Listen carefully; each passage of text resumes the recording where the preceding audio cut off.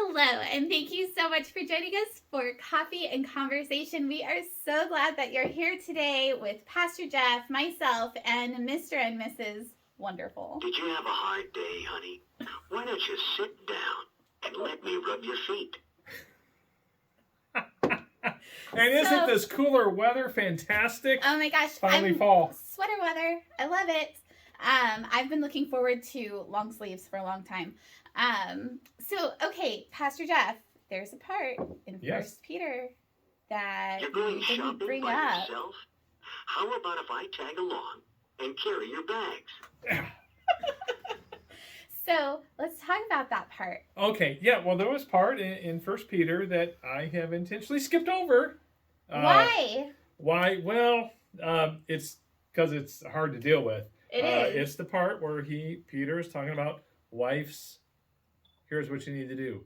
Husbands, here's what you need to do. Yeah. And it can be a little archaic or, unfortunately, misunderstood. Right. Misunderstood. And so I thought maybe we could just have some fun. And Okay. Actually, I'm not sure which way to go. I'll turn in here and ask directions. Well, let's see what Miss Wonderful says. She really is Miss Wonderful. She's not saying anything.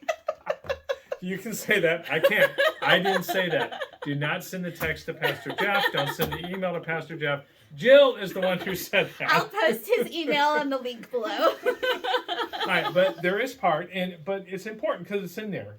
Right. But we don't want to, and we want to make sure it's not misunderstood. But he does say, look, wives, and he's talking about submission. He's talking about, unfortunately, he starts with talking about household servants, or actually at the time slaves. We know that we shouldn't, slaves. No. But he says, wives, submit to your own husbands. Do this so that even if some of them refuse to believe in God, that they may be won by the way of their wife's way of life. So it's talking about that. But then, he says, husbands, likewise, submit by living with your wife in ways that honor her, knowing that she is the weaker partner. Oh, ouch. That's why I didn't do it on a Sunday. I didn't want tomatoes thrown at me. I'm sure you saw my face when that last part was read. Yes, dear. You've been on my mind all day. See? That's why I bought you these flowers. There you go. Honey, why don't you just relax and let me make dinner tonight? I think Mr. Wonderful has a lot that he has to make He up does. for. Well, no, I mean, he's doing what it says. But the idea was, got to understand the culture. And weaker, not really weaker, but they didn't have as many rights. Right. The woman, the wife, did not have as many rights in that society. So they did have that disadvantage. And with the wives, when you think about it, so what was happening was the women were coming into their really into their own within the church, in leadership in the church. They were finding this wonderful freedom and being put in places of leadership. So it's not chauvinistic because it's in the church. But what was happening is their husbands are going, wait, that's not how the culture is, and there's this thing, and it was starting to cause some difficulties in their domestic life. Right. So Peter is saying, for example, look, that Michelin tires are better. Your husband wants to get Goodyears. Just let him buy Goodyears. Then when they, wear out sooner, you can say you were right. But still realize what's going on in the culture, because you don't want to hinder them from becoming a Christian. And nothing against Goodyear or Michelin. It was just an example. But if you want to sponsor us, please. Yes. But the idea was that, remember, the whole goal here is to win others to Christ and help others become followers. So, and telling the husbands, be like Mr. Wonderful. Why don't we go to the mall? Didn't you want some new shoes? See? I like that one. How perfect. I need new The ball shoes. game really isn't that important. I'd rather spend time with you. So, but go ahead. And then Eugene Peterson, I think, captured it really well in the Message when he writes it this way. be good wives to your husbands, responsive to their needs. They are husbands who, indifferent as they are to any words about God, will be captivated by your life of holy beauty. I mean, and that was the idea, to be an example, to try to help win the husbands over to Christ. Now, just want to make sure we're clear about something, because some of them say submit. Right. No one ever, ever, ever should submit to any kind of abuse, verbal, emotional, or physical. Absolutely. Okay? That is not what is being said here. Absolutely. Well, I really like that it's another way that in the Bible that shows how women are really strong in the Bible, because women are to lead their husbands to Christianity, and I think that's awesome. Right. And Yes. we even have that today. And then, with Eugene Peterson for the husbands, the same goes for your husbands. Be good husbands to your wives, honor them, delight in them. As women, they lack some of your advantages. Now, that might be hard to hear, but the cultural thing, they actually didn't have all the same advantages as men in that day, in that culture. So he says, look, remember that. Don't abuse your advantages. Right. But, yeah, go ahead. Well, I think that's a really good way to word it, because it's not necessarily that you're the weaker gender as much as it is, that there in society are advantages in different things, and that's just kind of a fact. And it might even still exist today. Yeah. In many ways, sometimes there is that. And I love how he says this here in verse 7. But in the new life of God's grace, you're equals. Yes. So then treat your wives as equals. Yes, absolutely. And that will give power to your prayers. So, yeah. So, Here, you take the remote.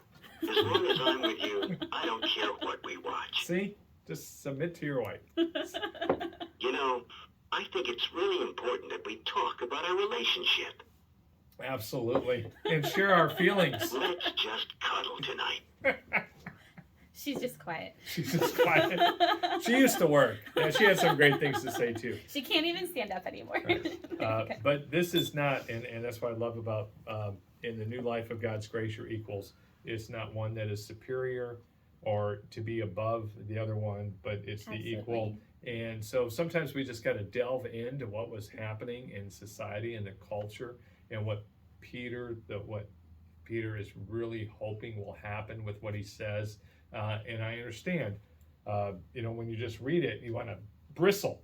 Yes, yeah. You want to bristle, and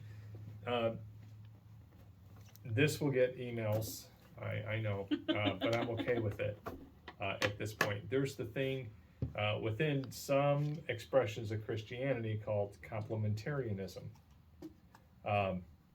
And that may work for some, and they use this to enforce that, but it really does set up the male above the female, and that I just don't see that. That's not what it's trying to do. I think that last verse that you read, where it says equals, kind of brings that in as equals. So I don't know. I know that verse can be used to set it up that way, but I mean.